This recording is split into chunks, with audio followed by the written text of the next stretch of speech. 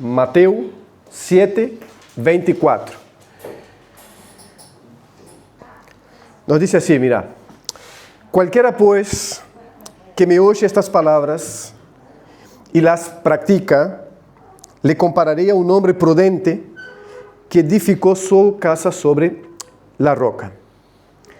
Entonces descendió la lluvia y vinieron ríos y soplaron vientos y golpearon contra aquella casa y no cayó.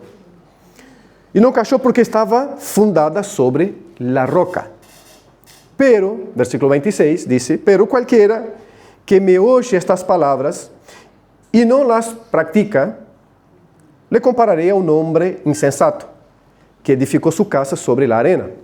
Y descendió lluvia, y vinieron ríos, y soplaron vientos, y dieron con ímpetu contra aquella casa, y cayó, y fue grande su ruina. Y cuando Jesús terminó de enseñar estas palabras, la gente se admiraba de su doctrina, porque les enseñaba como quien tiene autoridad y no como los escribas. Gracias, Padre, por tu palabra que es santa y verdadera y fiel. Te alabamos por ella y te rogamos que nuestros corazones se abran cada día para esta palabra santa en el nombre de Cristo. Amén. Amén. Hablamos de 3 mensajes, 3 reflexiones sobre la importancia de oír, de escuchar. Entramos en el momento de hablar sobre doctrina, sobre palabra, basándonos allá en Hechos 2:42, y ellos perseveraban en la doctrina de los apóstoles. Entonces, decidimos antes hablar de la importancia de escuchar y de preparar el corazón para escuchar. Y la tesis básica es la siguiente: es importante que la palabra sea expuesta y predicada, pero también es importante en este proceso que nosotros nos preparemos para escuchar. Y con esto en mente trabajamos la parábola del sembrador, hablando de la importancia de cultivar el corazón para recibir la palabra del Señor. Dijimos que allí no había un problema en la semilla, tampoco había un problema en el sembrador, el problema estaba en el terreno. El terreno que estaba cultivado, que estaba preparado, recibió la semilla germinó y dio frutos. Luego pasamos, domingo pasado, a esa pesca maravillosa, donde Pedro y algunos más habían pasado toda la noche desarrollando su oficio, que era pescar, y tirando las redes en alta mar o allá en el lago de Galilea, pero no habían pescado nada, no habían sacado nada. Luego al amanecer el día estaban limpiando sus redes, cuidando. Cristo llega y una multitud lo acompaña, un grupo grande de gente que venía de distintas partes de aquella región, lo acompañaba. Y él sube en una de las barcas, la de Pedro, y se aleja un poco, pero quedándose a los márgenes del lago de Galilea, y desde allí enseña a esta gente que lo veía. Y luego, después de enseñar, él vuelve la palabra a Pedro y dice: Pedro, ahora anda más al profundo y tire las redes nuevamente. Pedro, que era una persona del oficio, experiente, entrenada en eso, él dice: Señor, pasamos toda la noche en eso, trabajando en eso, tirando las redes, algo que sabemos hacer, no somos inexpertos en eso y no hemos sacado nada. Pero, porque tú nos has mandado en tu palabra, nosotros volveremos a tirar las redes. Entonces, confiando en esta palabra de Cristo, en contra de la lógica y en contra de su experiencia personal, ellos tiran las redes y acontece lo que tenemos ahí en el Evangelio. Muchos y muchos peces son sacados, de manera que se generó un problema para ellos, la cantidad de peces. Por la confianza en la palabra. Cristo enseñó, luego después de enseñar, Cristo pidió fidelidad a esta enseñanza, diciendo: ahora vayan, yo les he enseñado, ahora vayan y hagan lo que yo les estoy mandando. Ellos, confiando en la palabra, fueron y hicieron lo que estaba mandando. Esta fue la bendición de escuchar la palabra. En este texto tenemos las dos cosas juntas. La bendición de escuchar y practicar la palabra y la maldición de escuchar y no practicar. Y es siempre bueno hacer hincapié en el hecho de que la maldición no significa Dios enviando rayos desde el cielo para condenar a la gente. Es solo una ley de causa y efecto acá. Entonces, el hecho de escuchar algo y no practicar genera una consecuencia natural. Tal como el hecho de escuchar algo y practicar genera una consecuencia natural. Esa es la maldición que estamos hablando, o la bendición. La bendición es escuché, practiqué y me fue bien. La maldición es escuché, no practiqué sabiendo que debería y me fue mal.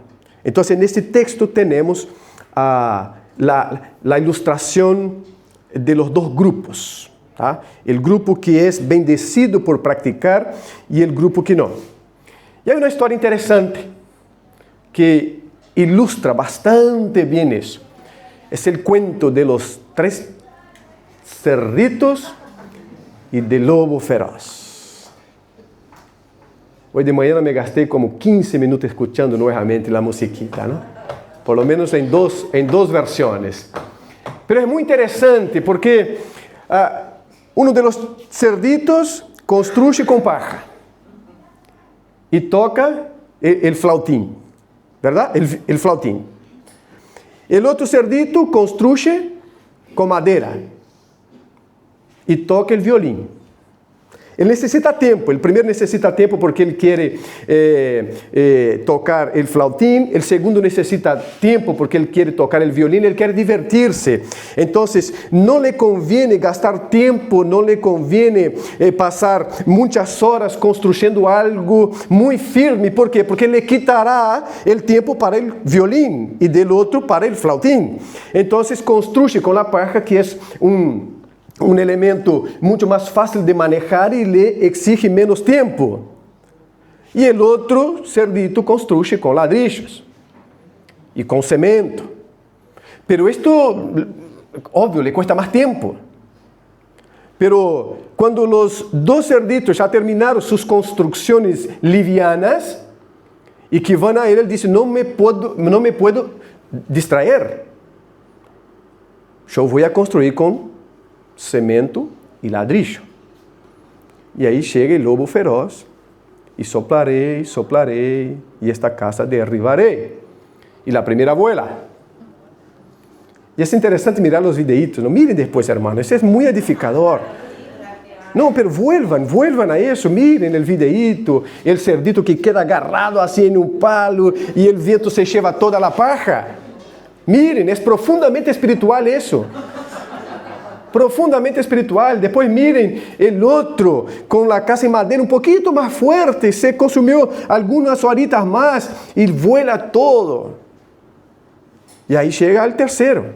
Y los cerditos se van cambiando de casa. El de la paja busca el de la madera, luego los dos buscan la construcción sólida, la construcción en ladrillo, en techolo. Y el lobo sopla nuevamente y la casa permanece de pie. Muy bien, dejando el lobo, vamos a Jesucristo.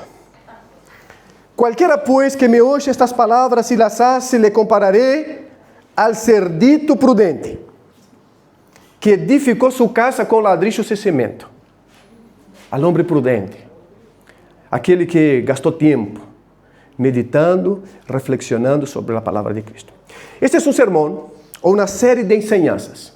Y empieza en el capítulo 5 de este mismo evangelio, el capítulo 5 de Mateo. Empieza el llamado sermón de la montaña, sermón del monte o sermón del llano, depende, porque Lucas dice que estaba en un lugar llano, Mateo dice que estaba en una montaña. No es el punto acá, el punto es que Cristo está dando una serie de enseñanzas prácticas sobre cómo vivir la vida cristiana. Entonces Él va a hablar de la fidelidad, Él va a hablar de la justicia, Él va a hablar de la equidad, Él va a hablar de ser luz, Él va a hablar de ser sal, Él va a hablar de llevar consigo esta paz que solo Cristo puede dar. Él va a hablar un montón de cosas en estas enseñanzas, desde el capítulo 5. Él va a hablar que el mundo es duro y la gente llora en el mundo, por eso Él dice, bienaventurados son aquellos que lloran ahora porque van a ser consolados. Es una enseñanza muy interesante porque no oculta las dificultades, la realidad de este mundo caído. Y Cristo dice, en este mundo se llora, en este mundo se sufre, en este mundo se vive cosas crueles. Y es bienaventurado aquel que no se deja ilusionar pensando que estas cosas no pasan en el mundo. La bienaventuranza tiene que ver con eso. Aquel que sabe discernir que este mundo no es un lugar de ilusiones, es un bienaventurado, porque en el momento duro él sabe que esta es una realidad del mundo. El que no quiere discernir que en este mundo cosas crueles pasan, se frustran muchísimo más porque la realidad golpea cada puerta, cada hogar de una manera o de otra, pero no hay hogar que no sea golpeado por una realidad dura. Y a veces en el mismo año, muchísimas veces. Entonces, esta ilusión no estaba en la agenda de Cristo y Él enseña las bienaventuranzas. Él habla de dos caminos. Y era interesante porque hace bastante años, en casi todas las casas, hablando principalmente por el contexto de Brasil, pero no creo que haya quedado solo allá, había un cuadro así en las paredes con dos caminos. Um caminho bem ancho assim, e outro caminho bem angosto, e o caminho ancho, lleno de felicidades e de um montão de coisas, e achar arriba uma hogueira. E depois o caminho bem angosto. Cada casa em Brasil tem um quadrito deste. De la geração de minha mamá, não é que sou viejo, é que acompanhei por minha mamá e por meu papá este quadrito achar. Então, cada casa tinha este quadrito. Dava terror, porque dizia, este é muito angostito, e como caminho por isso? E o outro dava terror, por quê? Porque era ancho, pero achar arriba uma hogueira. Me quemo? Se me complica? Porque Cristo, é uma ilustração de lo que Cristo está ensinando acá entre os capítulos 5 e 7, del caminho angosto e del caminho ancho. El angosto parece que te satisface todo en esta vida, pero el final es complicado. Y el camino ancho, pero el camino angosto genera estas dificultades y esta conciencia de que el mundo es duro, es cruel, pero que al final hay una recompensa. Pero no solo al final, ya en el caminar, porque no se camina de manera ilusoria. Como quem dizendo, não, é todo lindo. Acá não é todo lindo. E sabemos que não é todo lindo. Sabemos. Sabemos que o Uruguai sale na primeira fase. Sabemos que a Argentina le gana a Cabo Verde. Sabemos que Brasil necessita energias positivas hoje de tardecita. Hermanos, estão todos convocados hoje. Vibrações positivas todas. Sabemos. Então, Cristo em sua agenda não está na ilusão. Depois de haver ensinado como Cristo fazia sempre, ele chama agora a uma reflexão prática. Porque, como eu já falei acá, Cristo não estava para satisfazer curiosidades intelectuais da gente. Porque se assim fuera, Cristo não hubiese buscado pescadores em Galileia. Ele hubiese buscado filósofos em Grécia. Não que tenha algo contra filósofos em Grécia, mas sua mensagem não tem que ver com isso. Sua mensagem tem que ver com como Deus se revela ao ser humano perdido e como esta revelação pode trazer em Jesucristo a vida nova para este ser humano perdido. É uma mensagem sencilla, por isso arranca com pescadores. Não arranca com a élite religiosa tampoco, que sabia todo de la lei, de la letra, e era bueno com esse e bueno com aquele outro, pero tinha um coração cerrado para a palavra. Não, agarra um pescador que depois de haver pescado toda a noite, de haver dedicado-se em seu ofício, em algo que ele conhecia, então Cristo ensina e diz, agora vaya e haga. Ele disse, tá, em tu palavra eu vou aí. Tu palavra.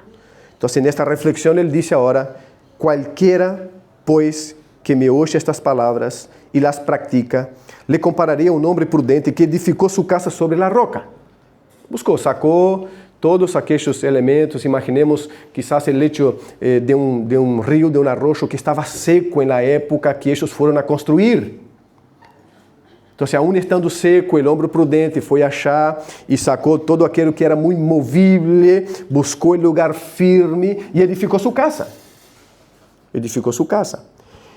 O outro deste grupo acá é aquele que no mesmo leito que naquele momento estava seco, despreocupou, solamente chegou de maneira como os cerditos de la paja e de la madeira, chegou e para construir algo rápido, sair del paso, construiu sua casa assim. O tema é que aquele lugar em algum momento iba a chover muito e as águas se iban a levantar e aí se pondría a prueba as duas construções. E o tema acá não é estético, o tema acá é de fundamento. Cristo não hace diferenciação estética, diferenciação de capacidades profissionais entre um construtor e outro. Ele só disse, são dois construtores. E os dois construíram. E hasta que chegou as águas, o vento, a chuva, a tempestade, as duas construções luciam super bem. Tanto a que não tinha um fundamento sólido, como a construção que sim tinha um fundamento sólido. Qualquer podia passar, mirar e dizer que belas construções, as duas. Uma diferença aqui, outra aqui, mas ao fim e ao cabo, belas construções. O tema é que o rio subiu, o vento soplou, a tempestade chegou e se puso a prueba as duas construções. E a que não tinha fundamento, marchou. E a que tinha fundamento, suportou. Óbvio que Cristo não está ensinando sobre construção. Ele está falando sobre como duas pessoas ouvem e decidem viver o que ouviram. São duas pessoas que estão escutando a mesma palavra, as mesmas enseñanças, os mesmos princípios, pero cada uno decide hacer de una manera. Uno, confiando en lo que Cristo enseñó, este es su fundamento. El fundamento es la enseñanza de Cristo. Es eso lo que Cristo está enseñando. El fundamento del que construyó sobre la roca es la enseñanza de Cristo. Cristo está hablando, este escuchó lo que yo enseñé, lo que yo les dije y construyó su vida, porque la casa es la vida, construyó su caminar. Construyó su ir y venir sobre esta roca que es mi palabra, que es mi enseñanza. Y como en el mundo hay mucha aflicción, las aflicciones llegaron. Y llegaron para los dos, porque el otro escuchó también. El otro fue blanco de las enseñanzas también. Pero decidió ignorarla. No porque no creyera. No porque no supiera que era enseñanza verdadera. Simplesmente porque não quis obedecê-la. Simplesmente porque decidiu seguir seu próprio caminho. Simplesmente porque queria tocar o flautim. E para tocar o flautim e construir de maneira sólida não dava as duas coisas. Então, vou tocar o flautim e fazer uma construção débil. Ignorou a enseñança. Não pôs em prática a enseñança.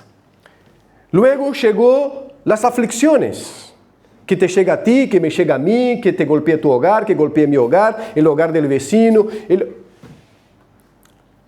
Y ahí se puso a prueba las dos edificaciones, la vida que estaba construida, alicerçada, fundamentada en la enseñanza de Cristo y la vida de aquel que decidió erguer-se como autónomo, como dueño de su propia construcción.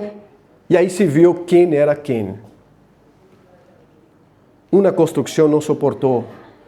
Se le vino uma depressão profunda, uma frustração profunda, desejos de suicídios profundos. ¿Por quê? Porque a vida estava construída sobre seus próprios princípios.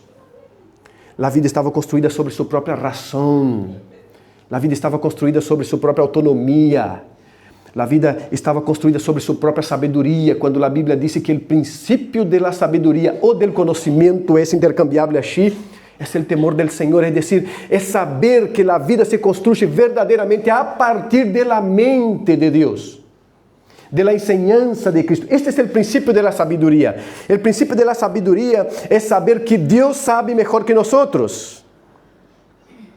E nesta palavra de Deus podemos confiar, aun quando esta palavra está em contra de minha lógica, como foi com Pedro e como foi com Abraão e como ha sido com tantos. Este é o fundamento sólido. Então, os dois construtores não se diferenciam por la estética personal, porque um tinha mais cara de construtor e o outro não. É assim com nós crentes, não nos diferenciamos porque um tem mais cara de piedade e outro não. Um sabe articular melhor as palavras espirituais e o outro não. Porque um suena e luce mais espiritual que o outro. Estas coisas estéticas por las quais os seres humanos costumam mover-se a vezes e por isso são tão enganados ou somos tão enganados muitas vezes porque nos deixamos levar por caras e bocas, por questões exteriores,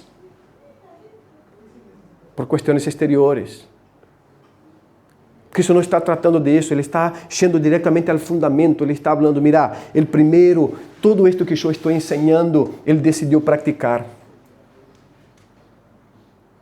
E aí chegou a aflicção, chegou as noches oscuras del alma. É um poema de San Juan de la Cruz.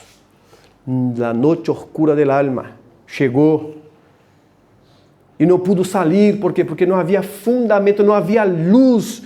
O salmista disse, Senhor, em tu luz veremos a luz. É a partir de Deus que podemos discernir lo que verdadeiramente é verdade e lo que não.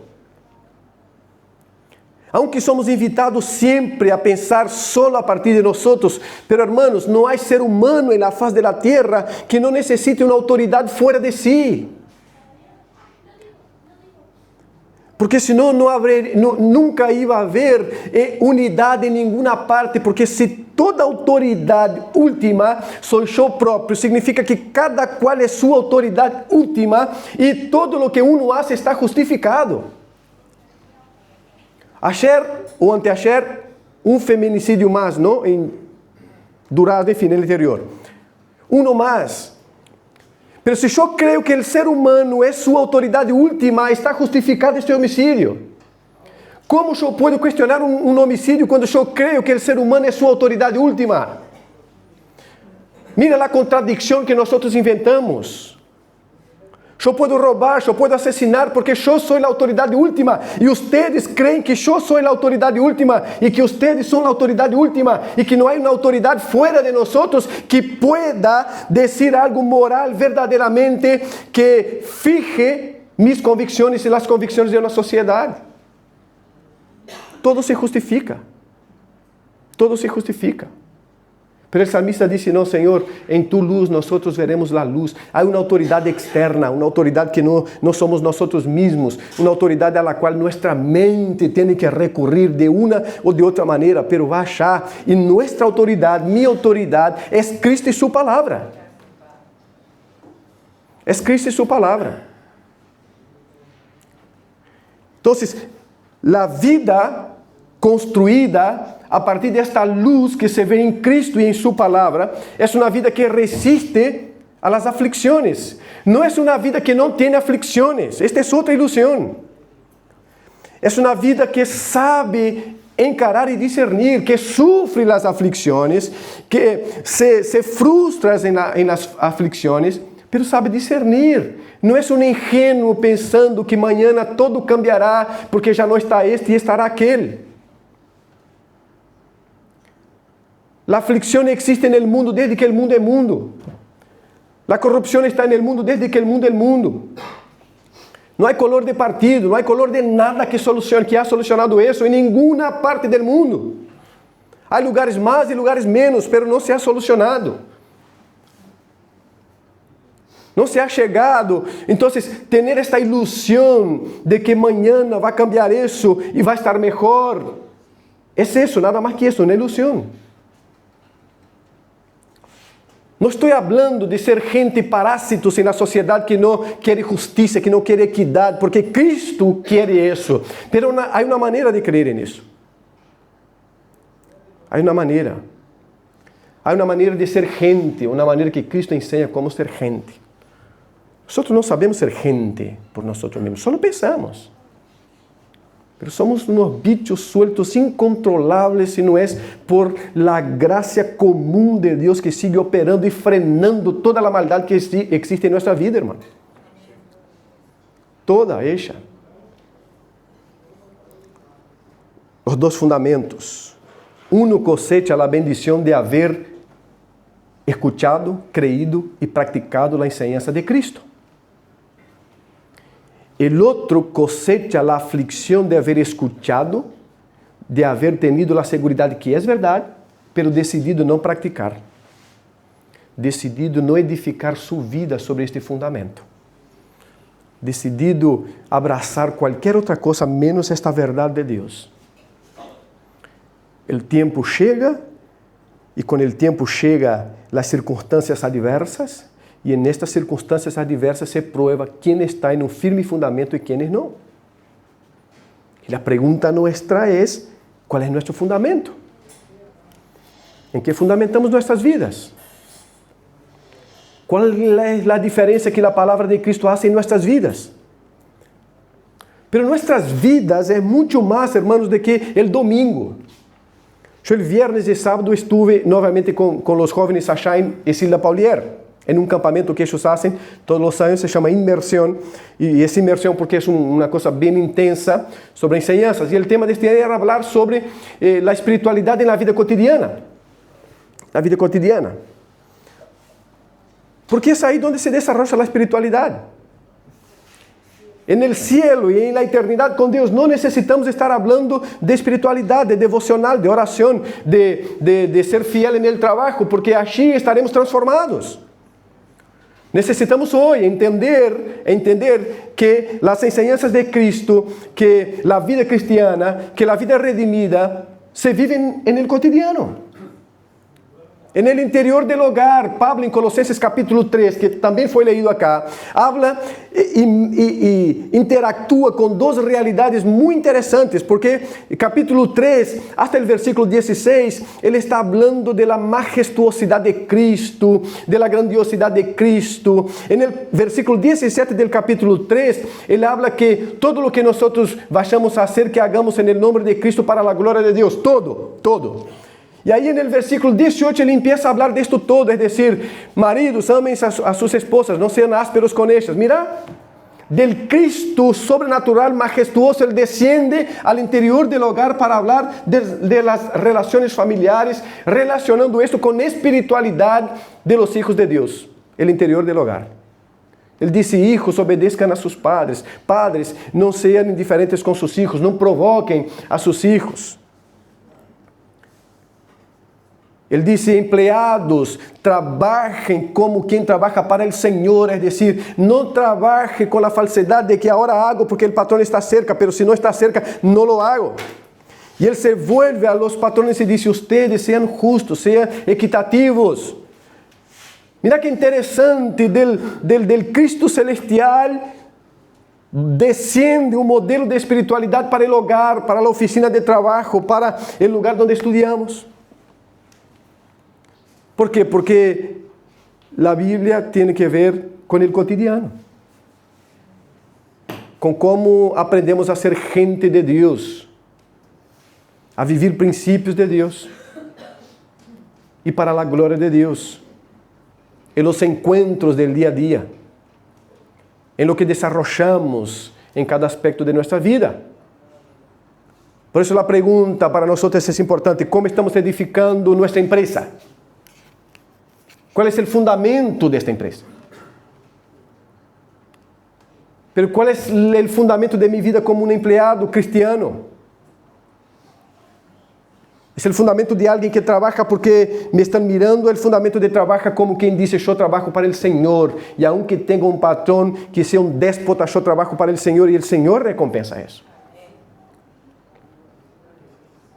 Este es el que está edificando sobre la palabra. Cristo dijo, el que tiene dos capas, entregue una. Esa es esa práctica. Sem essa prática. El que robaba, que dice assim, no robe más. El que mentía, dice el Señor, no miente más. Cosas de las relaciones personales, cotidianas, el día a día.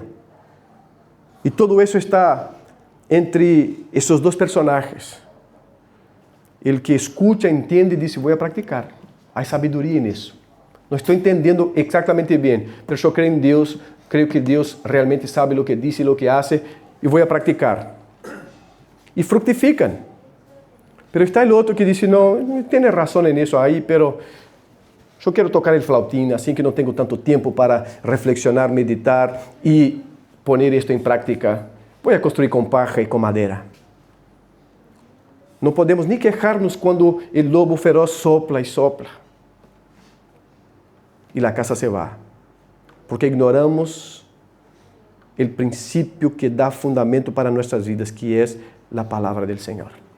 Lámpara para mis pies es tu palabra, luz para mi camino. Salmo 119, 105. Es eso. ¿Cómo está tu vida? ¿Estás dedicando mucho tiempo al flautín y al violín? Y por tanto tiempo tienen que construir con paja, con madera. ¿O está dedicándose a una construcción más sólida que viene directamente de la palabra del Señor? Es eso lo que te va a dar fuerza para vivir y seguir viviendo.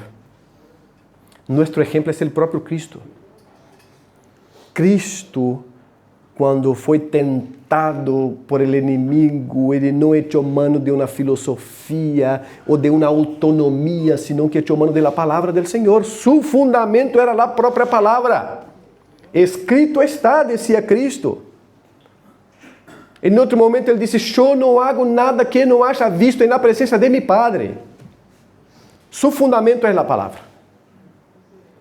Ahora, no nos confundamos, Cristo no vino al mundo para dar un buen ejemplo moral y solamente eso. Esa es una consecuencia. La Biblia dice que Cristo vino al mundo para darnos vida verdadera en su presencia, en Él.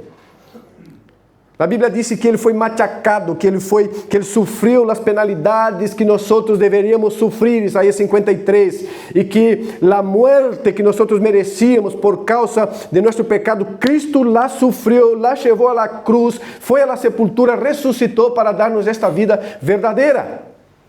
É por isso que Juan 3,16 diz que todo aquele que nele crê, é decir, Deus amou de tal maneira al mundo que Deus entregou a seu Hijo Jesucristo para que todo aquele que nele crê não perezca, pero tenha vida eterna. Não é um exemplo moral, não é um grande maestro. É Senhor e Salvador. E é Salvador porque Pablo disse que nós estamos perdidos em nossos delitos e pecados. E é Salvador porque todos nós, por natureza, estamos yendo por el caminho ancho, que parece estar lleno de felicidades e de buenas atracciones, pero que allá arriba está la hoguera, la destrucción eterna. Entonces, aplicar la buena enseñanza de Cristo exige también una vida entregada a ese Cristo, un corazón rendido a ese Cristo. Uma vida rendida na presença deste Cristo, confiando que Cristo sí é o Salvador de minha vida. E desde aí aplicar sua salvação. Juan capítulo 15 diz, eu sou a vid verdadeira. E esta palavra foi dada no contexto do estabelecimento da cena do Senhor. E allí estava en aposento alto, que va del capítulo 13 del Evangelio de Juan al capítulo 17. En el aposento alto está armada todo el escenario para la institución de la cena. Y por causa de aquel contexto, seguramente había allí el producto de la vid sobre la mesa. Y ahora Cristo reúne sus discípulos. E naquele cenário, ele disse, eu sou a vida verdadeira. Está cá é símbolo. Eu sou a vida verdadeira. Permaneçam em mim. E eu permanecerei em vocês. E vocês terão vida eterna em mim. A vida verdadeira é Cristo Jesús. Edifiquemos nuestras vidas, entonces, en la enseñanza, en el principio de Cristo. Pero principalmente sepamos que Cristo vino al mundo no para ser para nosotros un gran maestro, sino para ser la solución de nuestra perdición eterna, porque todos estábamos perdidos eternamente y Cristo en su sacrificio ha dado vida a todo aquel que en Él cree, para que no perezca, sino que tenga vida eterna. Reflexionemos sobre el lugar de la palabra de Dios en nuestras vidas en esta mañana. En el nombre de Jesucristo nuestro Señor. Amén. Amén. Vamos a orar.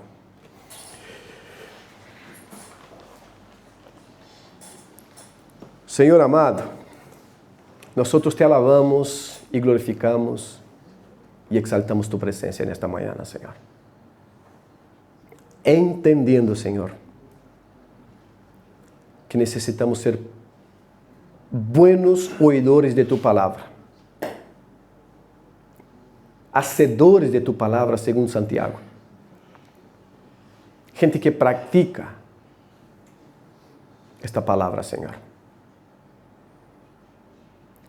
Ajuda-nos a fundamentar nossas vidas em dependência completa de tu palavra, Senhor. De tu palavra. Pero mais que isto, ajuda-nos a viver uma vida de rendição a Jesucristo e a Jesucristo como Senhor e Salvador de nossas vidas, Senhor. Alcance cada um acá nesta manhã, Senhor. Com o poder de tu Santo Espírito, que é o único que convence do pecado, da justiça e do juízo. De convicção de pecado em nossos corações. Convicção da necessidade que temos deste sacrifício substitutivo de Jesucristo. E dá-nos a alegria da esperança eterna que há em Ti, Senhor. Ajuda-nos a ver onde nós estamos edificando em Tu palavra e a corrigir isso em todos os âmbitos de nossas vidas, Senhor. Para que os ventos fuertes, aún golpeando, não destruyan nossas vidas, ó Padre. En el nombre de Cristo. Amém. Amém.